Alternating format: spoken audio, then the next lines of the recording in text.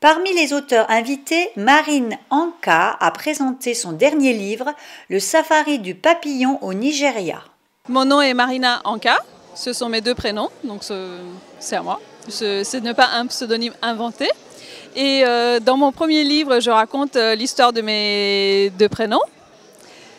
Et en fait, je suis arrivée en France il y a très longtemps, en 1983. J'ai un petit accent, mais j'y peux rien.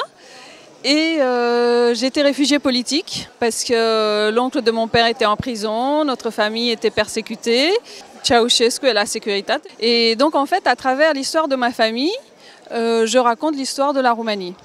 Donc je n'ai pas écrit une biographie juste pour raconter ma vie, bien que c'est ce que me demandaient mes amis. J'ai aussi voulu expliquer comment la Roumanie est passée d'un royaume à une dictature. Et j'ai été très honorée que dans sa première édition, le roi de Roumanie, qui est aujourd'hui malheureusement décédé, ait lu mon livre. Et il m'a remerciée.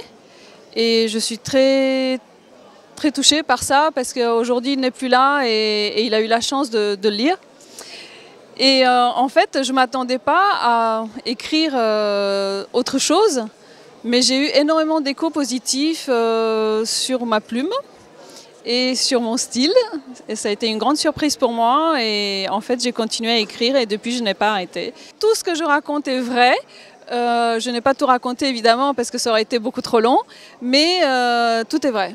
C'est donc un récit historique, je pense que ça s'appelle. Et dans le deuxième aussi, tout est vrai. Et au mois de septembre, les éditions L'Harmattan me font confiance et on va sortir un troisième et dernier volume sur les 30 dernières années en France. On est arrivé en 1983, donc, et en fait, mon père y était déjà depuis 1 an. C'est lui qui a demandé l'asile politique en premier. Et il n'a pas trouvé de travail en France parce qu'à l'époque, le diplôme roumain d'ingénieur n'était pas reconnu. Et il a trouvé du travail à la SCOA et ils l'ont envoyé au Nigeria.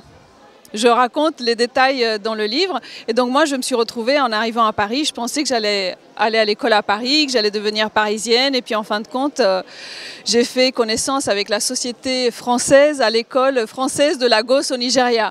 Et c'était pas plus mal parce qu'on était tous un peu en dehors de notre environnement. Et je parlais anglais mieux que mes copains français.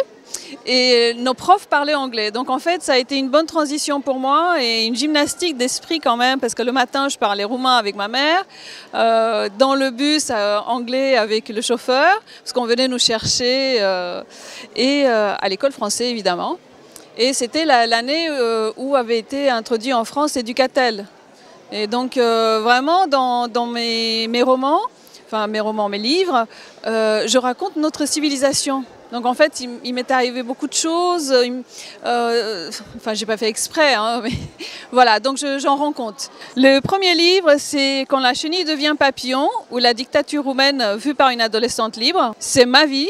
Je l'ai édité aux éditions Saint-Honoré, c'est de l'auto-édition, du coup on ne me prend pas très au sérieux, mais je suis bien contente parce que quand même les lecteurs me prennent au sérieux et c'est l'essentiel.